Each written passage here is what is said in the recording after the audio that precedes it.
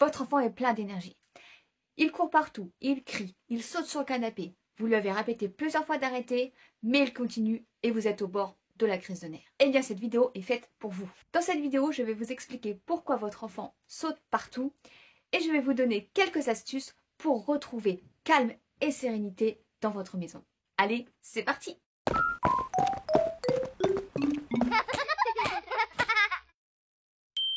Bonjour à tous et bienvenue sur la chaîne de Mamounette Imparfaite. Sur cette chaîne, je vous partage des astuces, des conseils, des recettes et bien d'autres choses pour vous aider dans la vie de tous les jours avec vos enfants. Alors les enfants qui sont comme ça plein d'énergie, qui courent, qui s'expriment, ça angoisse beaucoup les parents, ça les stresse parce qu'ils n'ont pas le même niveau d'énergie et se retrouvent vite fatigués et dépassés par le niveau d'énergie de leurs enfants. Et en plus, ça projette aussi le fait qu'on est de mauvais parents parce que nos enfants sont brillants, ils sont pas sages, ils sont expressifs.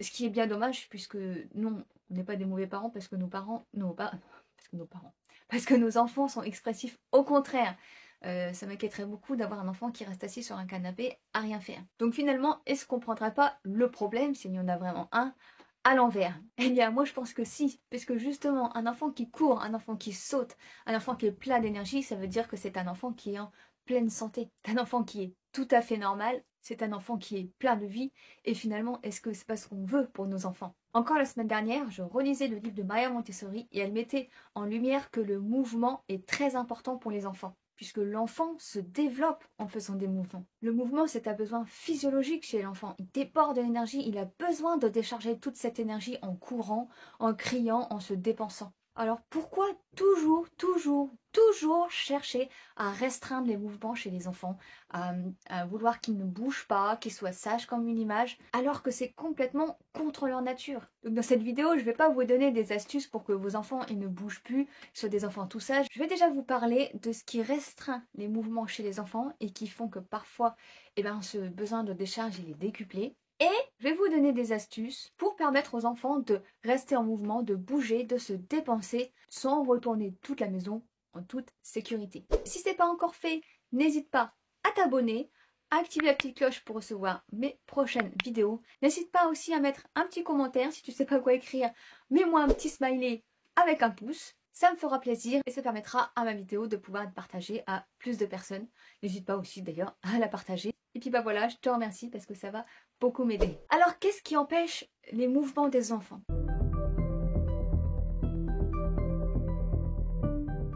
Alors je vais faire une petite aparté nourrisson, enfin bébé, parce que on peut s'apercevoir que déjà en étant tout petit, on restreint les mouvements des bébés. Par exemple, par les transats. On voit beaucoup d'enfants qui restent longtemps dans les transats, alors que les premiers mouvements que fait bébé, eh bien c'est dans vos bras. Dans vos bras, il se muscle, il se redresse, il muscle sa nuque, il fait ses premiers mouvements, alors que dans le transat, en fait, il ne peut pas bouger du coup. Maintenant, pour les enfants qui marchent, en fait, un enfant, il a une dose d'énergie à dépenser dans sa journée, bien plus élevée que la nôtre. Et d'ailleurs, c'est souvent ce qui nous pose problème, parce qu'on a du mal à supporter cette énergie énorme qui vient des enfants, alors que la nôtre est beaucoup plus petite. Et souvent, l'énergie vient en fin de journée, alors que nous, on en a vraiment presque plus. Alors une chose qui restreint les mouvements des enfants, ce sont les poussettes. Eh bien oui, beaucoup de parents mettent les enfants en poussette pour aller au magasin, pour aller même à l'école, chercher le grand frère ou les frères ou sœurs. Et c'est devenu presque une norme de sortir la poussette tout le temps. Alors qu'en fait, les enfants, ils ont beaucoup d'énergie à cet âge-là. Ils sont tout petits, en fait, plus on petit, plus ils ont d'énergie. Et ils peuvent marcher des kilomètres et des kilomètres et sortir la poussette pour un rien, entre guillemets, ça les aide pas du tout. Et au contraire, pour vous donner un exemple, mon petit, on emmène, ça fait 3 ans qu'on emmène le grand frère à l'école et ça fait 3 ans que j'ai jamais pris la poussette pour aller à l'école, sauf cas exceptionnel quand il était fort malade évidemment et qu'il ne pouvait pas marcher. Et encore, même nous quand on se baladait et qu'il était plus petit et qu'on savait qu'on allait partir toute une après-midi et qu'à un moment donné on ne pourrait plus, on prenait le porte-bébé. On évitait la poussette qui est en plus pas très pratique finalement. Parce que des fois je vois des personnes dans les musées avec des poussettes qui sont en train de galérer parce que dans les musées il y a des escaliers, ou des châteaux. Souvent nous on aime bien visiter les châteaux forts. Il y a des escaliers, il y a des pierres, et la poussette elle n'est pas du tout prévue pour ces endroits-là. Et on les voit galérer avec la poussette. Et la plupart du temps, l'enfant n'est pas dans la poussette. En plus, c'est au cas où. Voilà. Et en plus, la plupart du temps, l'enfant, il est tellement en extase devant ce qu'il découvre qu'il n'a pas du tout envie de rester planté dans une poussette. Ce qui se passe en fait, c'est que si vous mettez votre enfant dans la poussette, et souvent il y en a, ils les mettent vraiment plusieurs heures dans une poussette, et ben ça fera toute une énergie qu'il n'aura pas dépensée durant toutes ces heures. Et quand vous allez le sortir de la poussette, ça va être une explosion parce qu'il aura, en fait, il aura accumulé de l'énergie en attente pendant toutes ces heures à rester assis. C'est très dur, c'est très pénible de rester longtemps assis comme ça. Et quand on les sort de la poussette, et ben là, ils ont besoin de décharger toute leur énergie qu'ils n'ont pas déchargée, leur quota d'énergie qu'ils n'ont pas déchargé de la journée. Et là, ça part dans tous les sens parce que le petit va courir partout, il va enfin être, entre guillemets, libéré et pouvoir découvrir le monde. Donc il va être très excité. Voilà, c'est comme vous, si vous restez 2 heures assis à un ordinateur pour travailler, quand vous vous relevez, ça vous fait du bien, vous avez envie de bouger, vous en pouvez plus. Et ben voilà, c'est pareil. Tout simplement. Donc voilà, limiter la poussette, ça permet déjà à l'enfant de se dépenser et de décharger un petit peu d'énergie graduellement toute la journée. Alors un autre élément qui restreint les mouvements et qui fait que ça se décuple après, c'est les écrans. Je pense que vous aurez tous remarqué que lorsque vous mettez vos enfants devant les écrans, ils ne bougent plus. Mais alors dès que vous les éteignez, pouf, ils se mettent à sauter partout et ils sont tout pleins d'énergie. Et bah oui, parce que c'est la même chose que la poussette, tout simplement. Ils sont restés inactifs pendant parfois plusieurs heures, ou en tout cas très longtemps. Et du coup, une fois que les écrans sont éteints, ils ont toute cette énergie qui était en attente, qu'ils doivent dépenser, et c'est à ce moment-là qu'ils vont être très énergique. Donc un enfant qui aura passé beaucoup de temps dans la journée à regarder la télé, par exemple si c'est le week-end et puis dès le matin il a eu la télé, ensuite il a été mangé puis il a re-eu la télé, et ben vous pouvez être sûr qu'en fin d'après-midi ça va être une vraie bombe, une grosse explosion d'énergie qui va tout décharger d'un coup. Et là, ça va être très compliqué à canaliser. Dernière chose qui me vient quand on parle de restriction des mouvements, c'est l'école, puisque malheureusement à l'école, il y a beaucoup de restrictions de mouvements pour les enfants, même si c'est de mon opinion, c'est bien dommage.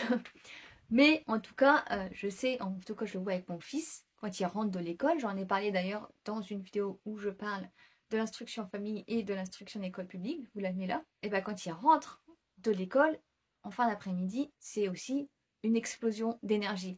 Simplement parce qu'il s'est contenu toute la journée à l'école, il a contenu ses mouvements toute la journée, il est resté planté assis sur une chaise toute la journée.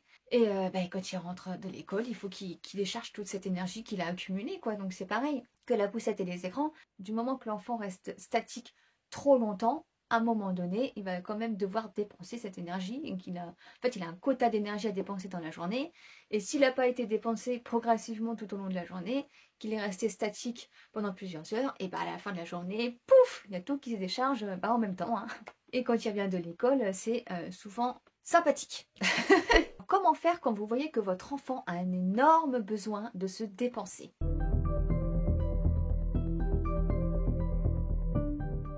Et c'est le moment de mettre en place des façons de se dépenser en toute sécurité et qui conviennent à tout le monde. Alors si vous avez un jardin, évidemment, il n'y a rien de mieux que de sortir à l'air libre. La météo n'étant pas une excuse, je vous vois venir.